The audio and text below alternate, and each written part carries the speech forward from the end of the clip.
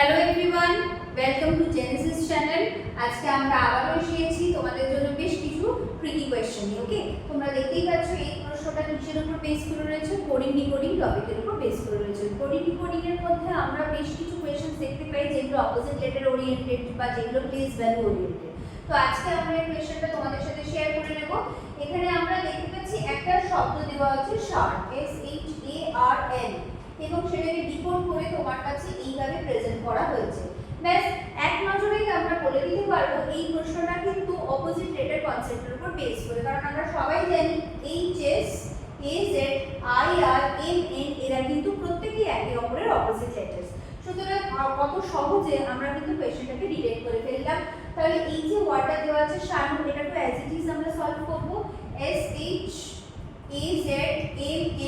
and FU, অর্থাৎ এইটা হয়ে গেল আমার आंसर। তাহলে আমরা অপশন কোনটা নিতে পারি? SHZMF, आंसर অপশন 3 হয়ে গেল আমাদের সহজ একটা পদ্ধতিতে কোশ্চেন সলভ করা। ওকে, থ্যাংক ইউ এভরিওয়ান।